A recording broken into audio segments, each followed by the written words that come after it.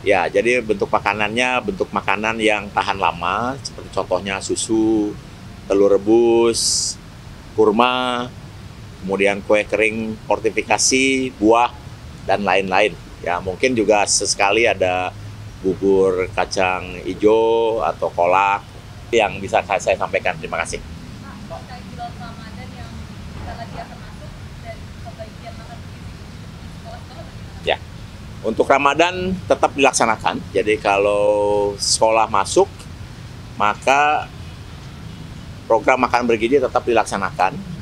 Tetapi mekanismenya berbeda seperti hari biasa, di mana kita akan berikan makan bergizi itu untuk dibawa pulang. Ya, jadi untuk yang puasa bisa dimakan saat buka, untuk yang tidak puasa bisa dimakan sembunyi di sekolah atau di rumah.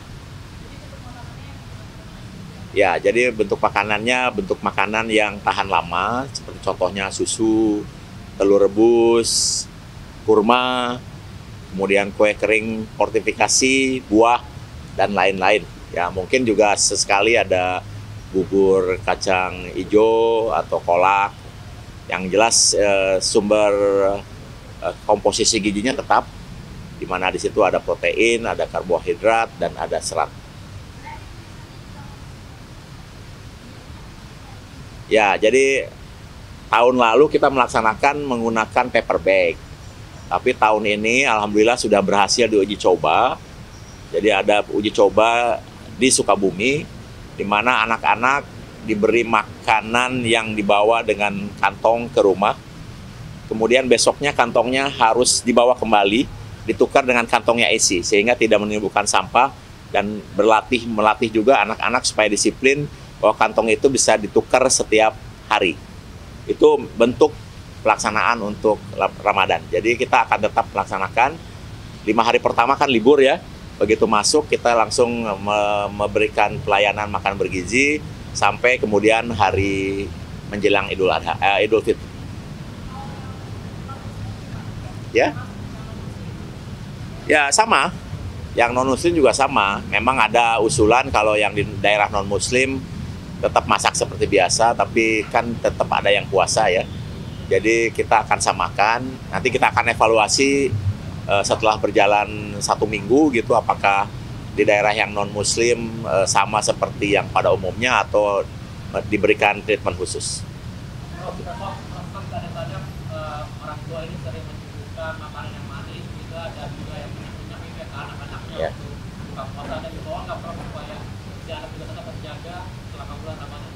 Ya, jadi ini kan program makan bergizi tidak hanya bagaimana memenuhi komposisi gizi, kandungan kalori, dan lain-lain, tapi juga edukasi ya, bahwa kita memberikan makanan yang segar setiap hari, mengurangi kandungan gula yang terlalu berlebihan, dan menyajikan makanan-makanan yang sehat, seperti itu. Dan mudah-mudahan nanti dengan bentuk makanan yang diberikan oleh Badan Gizi bisa dicontoh di rumah masing-masing. Terkait pasien tambahan anggaran kan efisiensi Indonesia sebenarnya Ya. tambahan 100 triliun yang bisa segera disalurkan ke gizi atau gimana? Jadi gini, Badan Gizi sudah memiliki anggaran 71 triliun, ya, yang mekanismenya itu sampai April kita melayani 3 juta, kemudian dari April sampai Agustus akhir itu 6 juta, kemudian dari Agustus akhir atau September sampai Desember itu antara 15 sampai 17,5 juta. Nah, kemudian karena banyaknya laporan anak-anak yang ingin segera mendapatkan manfaat makan bergizi, maka Bapak Presiden meminta kepada Badan Gizi untuk melakukan percepatan-percepatan terkait dengan distribusi makan bergizi. Nah, berapa tambahan biaya yang diperlukan jika makan bergizi dipercepat? Mencakup 82,9 juta.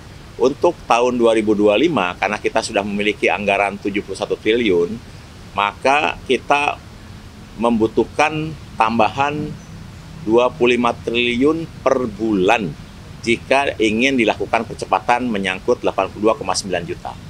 Jadi kalau percepatan itu kita lakukan mulai September, maka kita akan butuh 100 triliun. Kalau nanti ternyata bisa dilakukan mulai Oktober, maka tambahannya 75 triliun.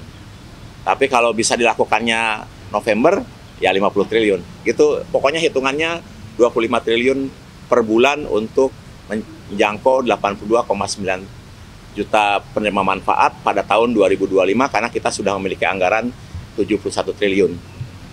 Nanti kalau tahun depan kita butuhnya 28 triliun per bulan. Ya, seperti itu.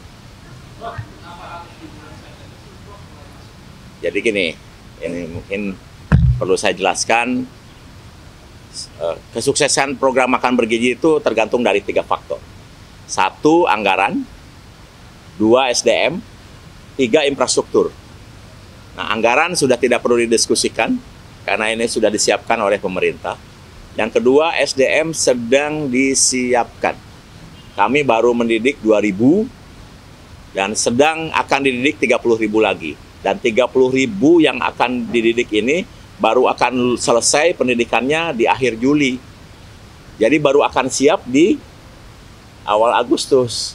Nah, kemudian kita tidak mungkin menugaskan mereka yang baru selesai terus bertugas di Satuan Pelayanan Pemenuhan Gizi. Mereka harus orientasi lapangan, melakukan koordinasi dengan kepala sekolah, melakukan koordinasi dengan pemerintah daerah, melakukan koordinasi dengan masyarakat, dan lain-lain, sehingga kami menduga SDM ini baru akan bisa siap melayani di September. Itu ya. Kenapa kemudian terjawab harus mulai September? Karena SDM-nya baru akan siap untuk turun lapangan itu Agustus dan melakukan pelayanan di September. Nah, kunci yang berikutnya adalah infrastruktur.